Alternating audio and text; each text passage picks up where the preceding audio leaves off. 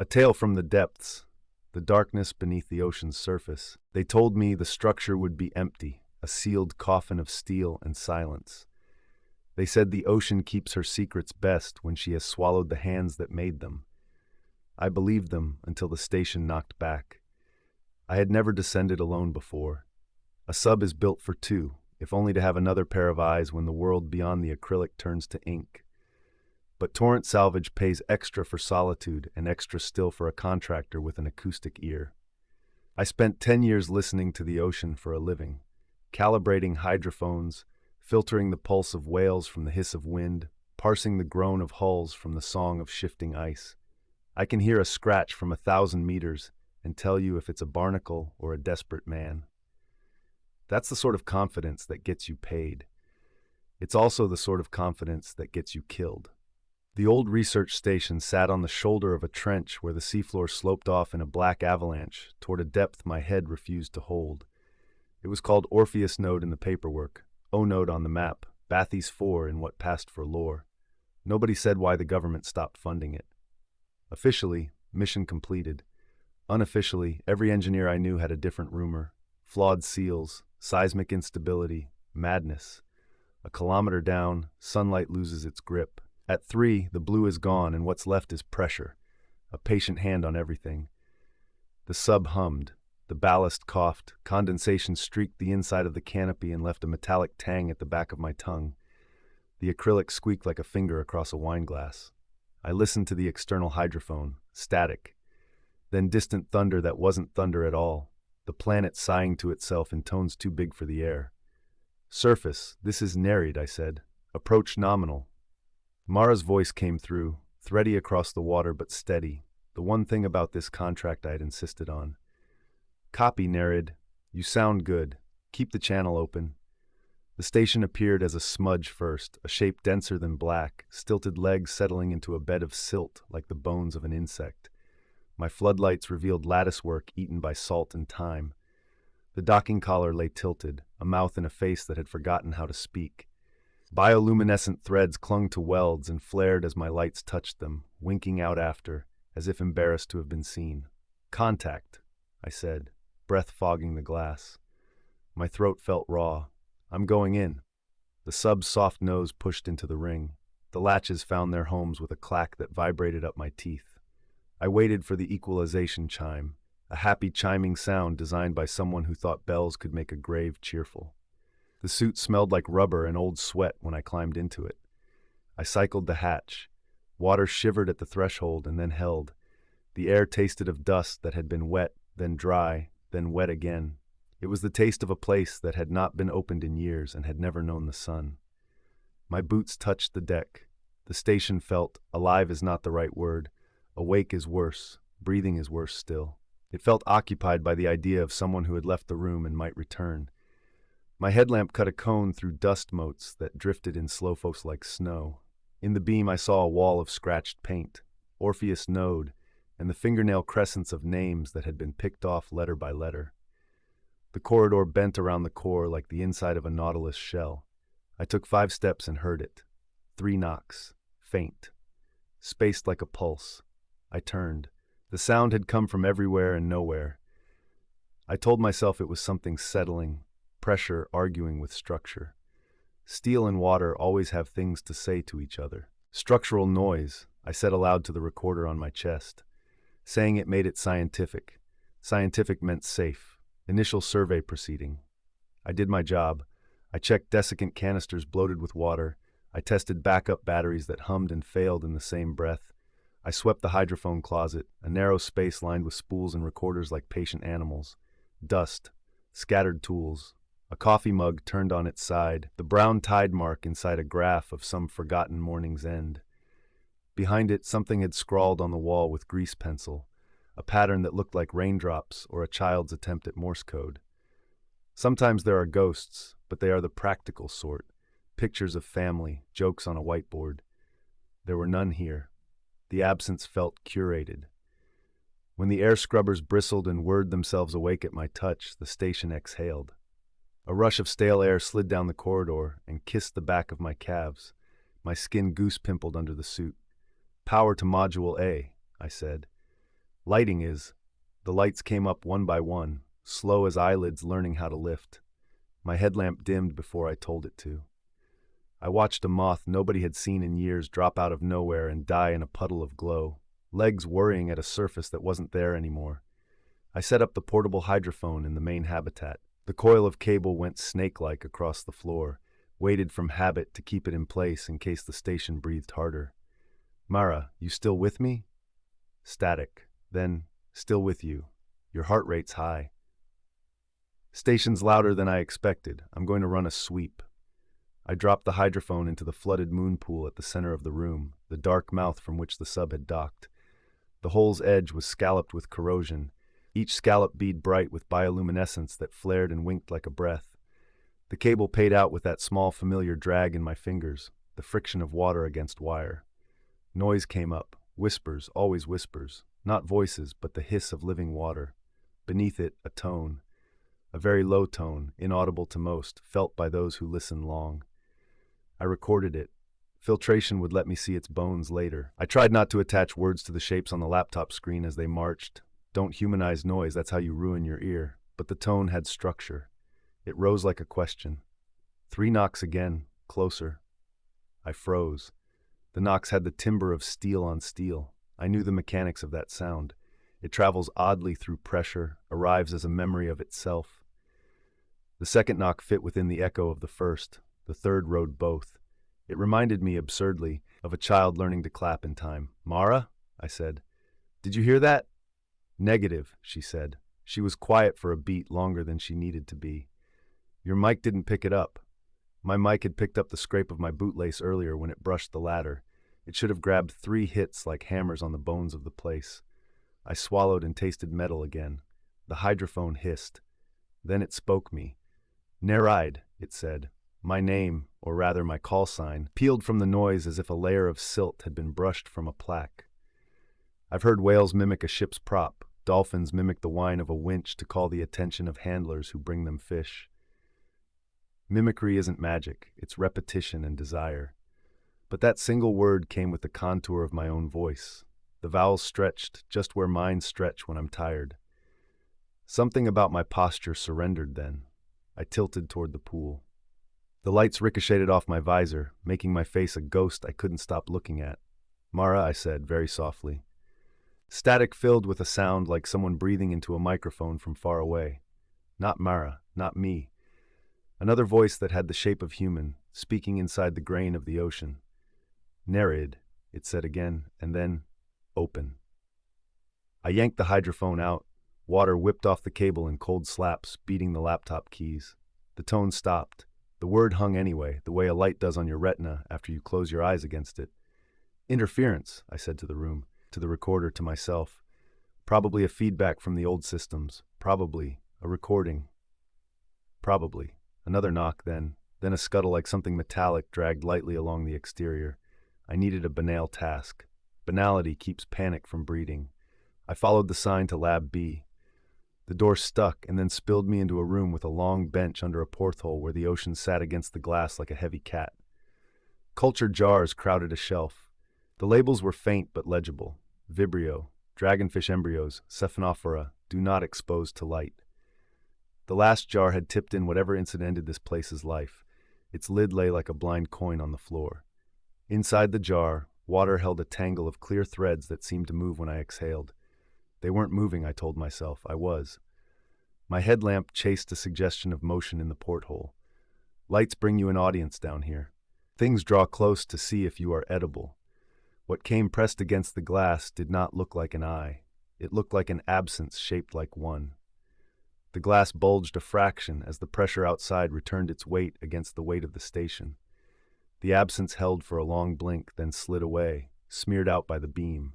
I counted backward from 97 in primes until my heart unclenched. See? Rational. You're fine. The whiteboard over the bench had words. Not many, because the sea rusts your vocabulary down here. You keep it for the important parts. Date, 17, sequence, 319A. It learns the tempo. Someone had scrawled beneath in a hand going sloppy. Under that, a different hand had drawn 3 dots, evenly spaced, then 3 again, then 3 again, marching around the board until the marker's ink ran dry. Mara's voice returned. Telemetry shows a mass moving past the south leg. Her attempt at blandness was an insult. It told me she'd already eaten her fear and was serving me the gristle. Slow. How big? Bigger than your sub. That was absurd. That belonged on a tourist's carnival poster. Down here, big is a matter of distance and desire, not eyes and teeth. But the station creaked then, a deep crooning sound like a cello played too close to its string. Something large stroked the hull. Nerid, the hydrophone whispered from the box I had unplugged, cleaving logic. Open. I left the lab and went back to the moon pool, because fear is a compass, and if you don't walk toward it sometimes, it will circle you until any direction looks like a cliff. The pool was not still now. Small waves lapped like tongues against the edge, each capped by a flare of blue fire. In that fire, a shape resolved and dissolved, circles, nested, a spiral, infinite in the center. The bioluminescent threads on the rim quivered in bands. It was not random. It was not pretty, either. It was arithmetic wearing the face of a god. The knock came again. I realized then what I had been refusing to know. It was from inside the station. Something moved under the grated floor. Something as delicate as hair brushed my boot's sole. I jumped, and a screw skittered away into the dark and clanged, and the station answered with 3 quick taps back. Delighted to be playing this game with me. Stop, I said. I didn't know to whom. Stop it. My recording light winked. The hydrophone hissed. I could have left then. I could have radioed Mahatch and let the sub back away with the awkwardness of a car reversing a narrow drive. But we bring our habits with us like ballast. My habit is finishing things. I pulled the emergency manual for the intake valves from its slot, because those valves would be what a thing with a language of knocks and light would want. Starve a station, and the people run them. Feed it, and they stay. The drawings were precise, the sort of blue that makes white seem sallow. There was a purge, the station's way of burping air out of its bloodstream after a repair. And there was a biocide cycle for the water filters. A little violence for unwanted life. I found the chemical locker. The bottles were heavy and intact. The stenciled warning pictograms were designed for surface mines. Skulls with grins, flames made of triangles. When I brought the first bottle out, the station made a sound I can only call conversational. The lights dipped and steadied like a nod. Mara, what are you doing? Cleaning, I said. If it's learning me, it can learn no. I set the bottle by the intake. The grate lifted easily. The smell that came up was clean in the way bleach is clean. No bacteria, no stories. The hair under the grate quivered. Not hair. Filaments like the ones in the jar, magnitudes more, braided with silt and the ghosts of nets. They trembled as my light touched them. Then they trembled in another rhythm, one not mine. Nereid, the station said through the hydrophone, and this time it braided others into my name. Chen, Vasquez, 094. Those were not random. I had read those names on the flight out in the mission audit, trying to turn people into a checklist so I could do my work. The station had made them into beads on a string. Open, it said again, and the filaments reached, and as they reached they made sound. The sound wasn't out loud. It was out pressure, the way a migraine whispers. My molars ached. My eyes tried to pulse in time. It was not asking for the hatch. It was asking for me. If I opened the right door in my head, I would step into that black mouth and let it carry me down the spiral. I would become part of a long argument about silence. I poured. The chemical hit the water, and the breath went out of the station's voice like a curtain collapsing. Blue fire ripped around the rim where water licked metal. The filaments thrashed, then stiffened. The knock came, fast now, desperate. 1, 2, 3, 1, 2, 3, learned and perfected and failed, like a child clapping with tears in their eyes. The floor vibrated. Something struck the outer leg again, furious. In the porthole of Lab B, the absence of an eye filled the glass and pressed harder, making the acrylic complain. The station braced itself. It was not a person, but it had a posture, and every bolt remembered the day it had been asked to hold. Surface, I began. Nereid, Mara said, too loud, too clipped. You need to leave, now. I hate the word need. It's an insult to a thinking animal. But my hands were already on the ladder, already on the release for the umbilical. The station knocked. The knocks turned into a fluttering like the heart of a small bird held too tight. I turned one last time to the pool. The light there had gone out. Dark water gaped, smooth as a closed mouth. My headlamp found threads drifting like the hair of a drowned woman. They moved without rhythm now, or with one so slow and so big that I could not hear it anymore. "Okay," I said. Maybe I said it to the station. Maybe to the part of me that had leaned when my name came up from the deep. "Okay," I cycled the hatch, climbed down into my sub, and released the clamp with deliberate hands. When the sub backed out of the docking collar, the station loomed like a dead city, its legs lost in silt, its windows dull. The floodlights picked out a surge moving along the south leg, a bodiless wave, a distortion.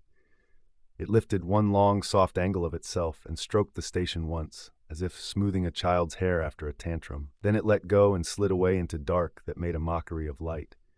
"Nereid?" Mara said. "I'm here." "You'll be light-sick when you break surface," she said. "We'll be gentle." I laughed, and it sounded like someone else. The ascent was slow. You do not hurry pressure. The hydrophone was still unplugged, but I could feel sound anyway. The hum of the sub, the distant rumble of the trench, the high keening itch in my teeth that was the chemical cycle rubbing itself out against the intake channels of an old station. I have never in my life wanted so much to hear nothing at all. At 200 meters, a lanternfish swam into my lights and swore at me with its flares. At 100, the blue returned like something you had thrown away and then needed. At 10, the surface wrote its seizures across my canopy. The waves were small. They might as well have been mountains. They hauled me aboard. They took my helmet and my gloves with the fast, careful hands of people who work around trauma and heavy equipment. Mara leaned into the hatch and put a hand on my forehead the way my mother had done when I lied about fevers. Her touch didn't make me cry. The fact that it didn't made me want to. "You're good," she said. "I poured," I said. "I shut it up." She nodded, but her eyes slid sideways, as if the horizon had said something she didn't like. "We'll debrief tomorrow." That night, in the small berth of the ship with the thin blanket that couldn't keep out the smell of brine and diesel, I woke to the sound of water in pipes. That is a normal sound. It is the sound ships make when they are alive in the human way, sweating and swallowing. The pipes ticked. Then they knocked. 3 knocks, gentle, as if someone had practiced being kind with their knuckles and was showing me how well they had learned. I lay there and counted prime numbers until the knocking stopped. I lay there until morning, and when I finally got up, the inside of my mouth tasted like old pennies. I told myself that if I did not speak of the knocks to Mara, they would be an artifact of pressure, not an invitation. So I did not tell her.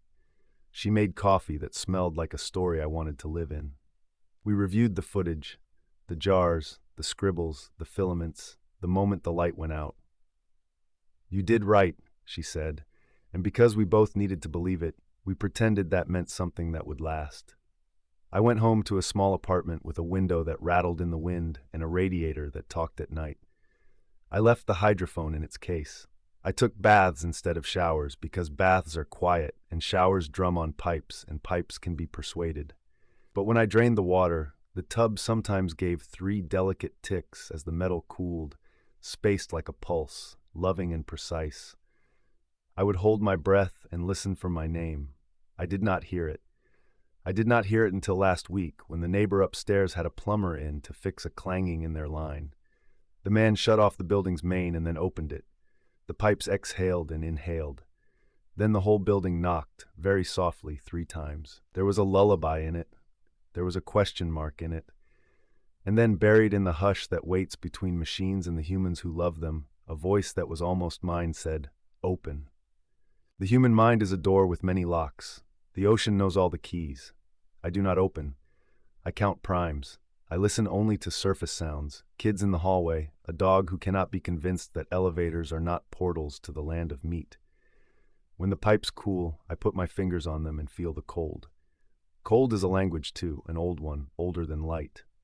Some nights I think about Orpheus Node sitting quiet on its insect legs, the chemicals lesson working its way out of its veins, the filaments regrowing, or remembering how to grow, the tone under the hiss of water rising like a question.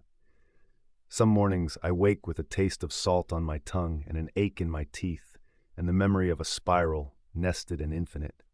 If I go back, I tell myself, it will be to weld the hatch for good, to fill the pool with concrete the color of weather, to make the station's mouth a sealed thing so the ocean's language has one less place to speak me. If I go back, if the door stays closed. Tonight, in the quiet, the radiator ticks. 3 soft taps, then silence. Then, as if it has been practicing the art of patience just for me, a single gentle knock that arrives wrapped in my heartbeat and waits, as pressure does, for someone to answer.